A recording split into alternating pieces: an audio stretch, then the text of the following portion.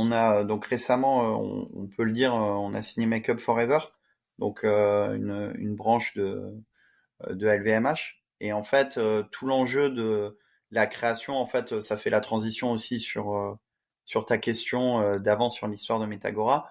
On s'était aperçu avec toutes ces marques que finalement, une fois que tu avais pu comme indicateur de succès la retombée presse, c'est-à-dire vraiment ce qui résume principalement tout 2022, les marques, il y avait un vrai questionnement à la fois en termes de budget, parce que c'est des expériences qui valaient entre 100 000 et 300 000 euros, et à la fois en termes d'utilité, de dire pourquoi je viens dans le métaverse. Et en fait, nous, ça, on l'avait anticipé en octobre, en fait, avec la crise de FTX. On avait vu vraiment le soufflet s'effondrer dans nos rendez-vous clients et prospects. Et donc, en fait, quand on a été en janvier sur la création de notre métavers qu'on a sorti en termes de technologie vraiment en avril, on s'est tout de suite orienté pour le retail et pour deux grands axes, deux monoproduits en fait. Un qui est le lancement de produits des marques et le deuxième c'est la formation des communautés en interne.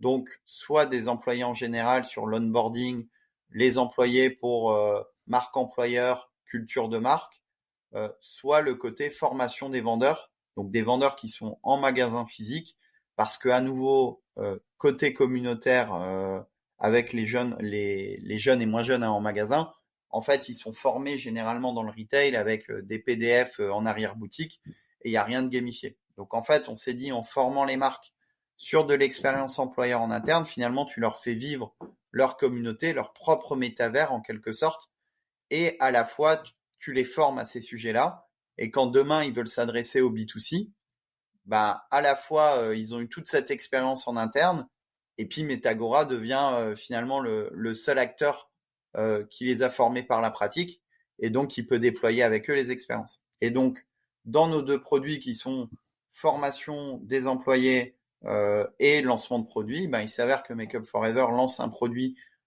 iconique en 2024 et qui avait des enjeux lors d'un événement international, du coup mondial en interne, de présenter aux employés, donc aux 400 employés répartis en Asie, en Europe et aux US, une manière innovante de mettre en avant cet objet. Donc l'objet donc du coup de maquillage a été co-créé par 50 make-up artistes.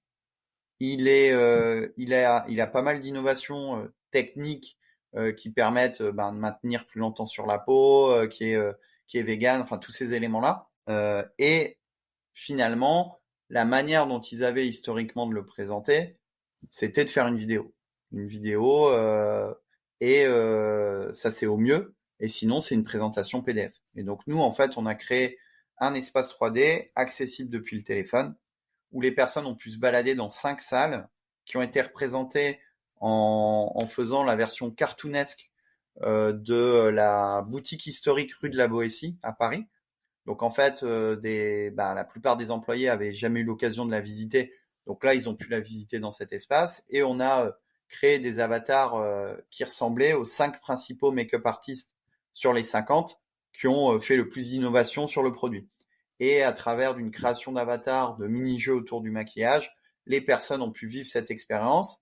Et donc ça a répondu à la fois à un besoin de marque employeur, parce que vu que c'est un produit iconique pour les 40 ans, il fallait marquer le coup, et à la fois tout un enjeu de formation, parce que c'est des sujets qui sont clés, notamment pour des marques comme Make Up Forever, qui ont une cible relativement jeune aussi dans le cadre de leurs produits.